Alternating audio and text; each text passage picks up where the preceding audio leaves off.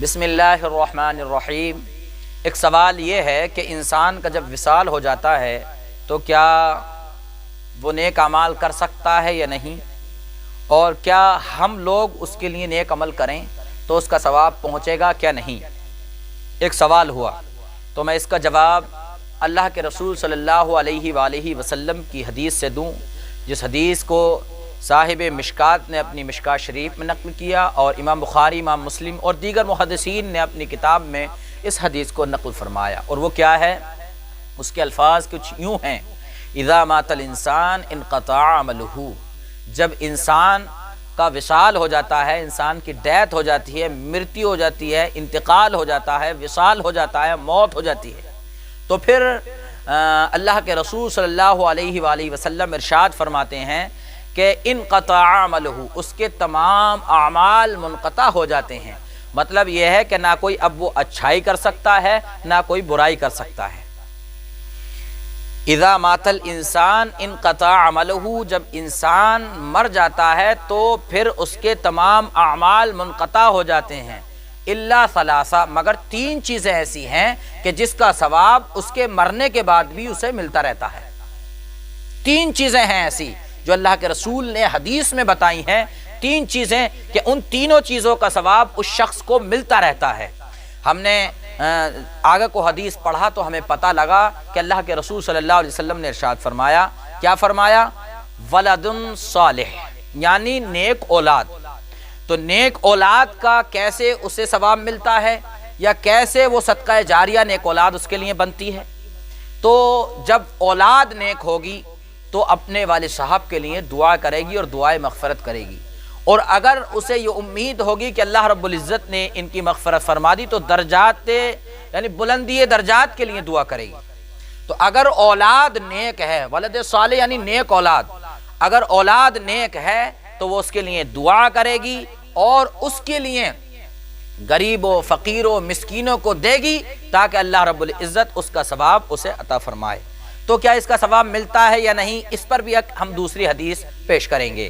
اور دوسری بات اللہ کے رسول صلی اللہ علیہ وآلہ وسلم نے ارشاد فرمائی، کیا فرمائی؟ کہ او صدقۃ جاریہ، یا صدقہ جاریہ۔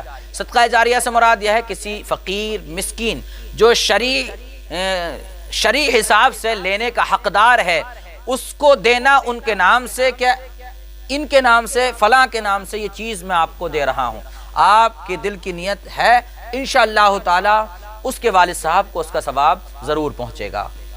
اور تیسری بات اللہ کے رسول صلی اللہ علیہ وآلہ وسلم نے ارشاد فرمائی، او علم ینتفع بہ الناس، یا ایسا علم جس سے لوگ فائدہ اٹھائیں، جس سے وہ خود بھی فائدہ اٹھائے اور دوسرے اشخاص بھی فائدہ اٹھائیں، تو انشاءاللہ تعالی اس کا ثواب بھی اس کے والد صاحب کو قبر تک پہنچتا رہے گا۔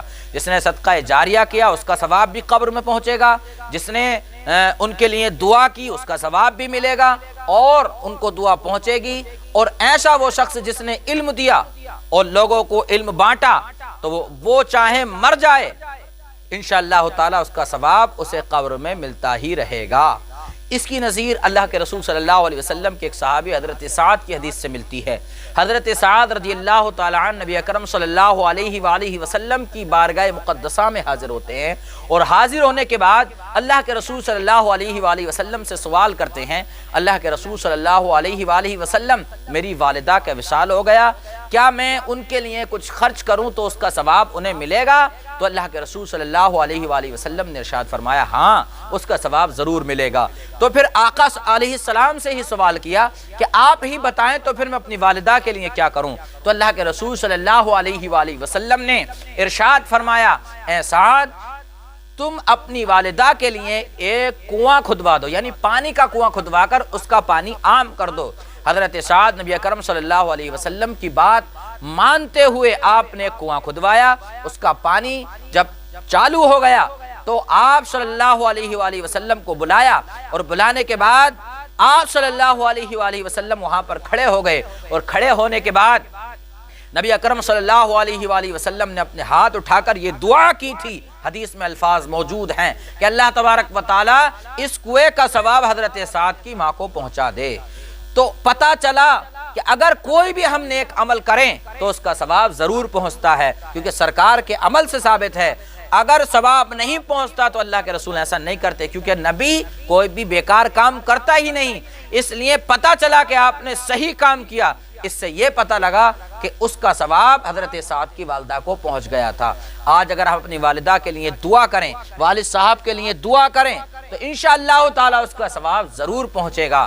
ہم کو چاہیے کہ ہم اپنے والدین کے لیے دعا کریں، صدقہ جاریہ کریں، اور انشاءاللہ تعالی اللہ تبارک و تعالی اگر ہم ایسا کریں گے تو ثواب اس کا ضرور بالضرور انہیں ملتا رہے گا۔ اللہ تبارک و تعالی ہمارے تمام مسلمانوں کی مغفرت فرمائے اور مسلمانوں کو ان تمام نیک امور پر عمل کرنے کی توفیق عطا فرمائے، آمین۔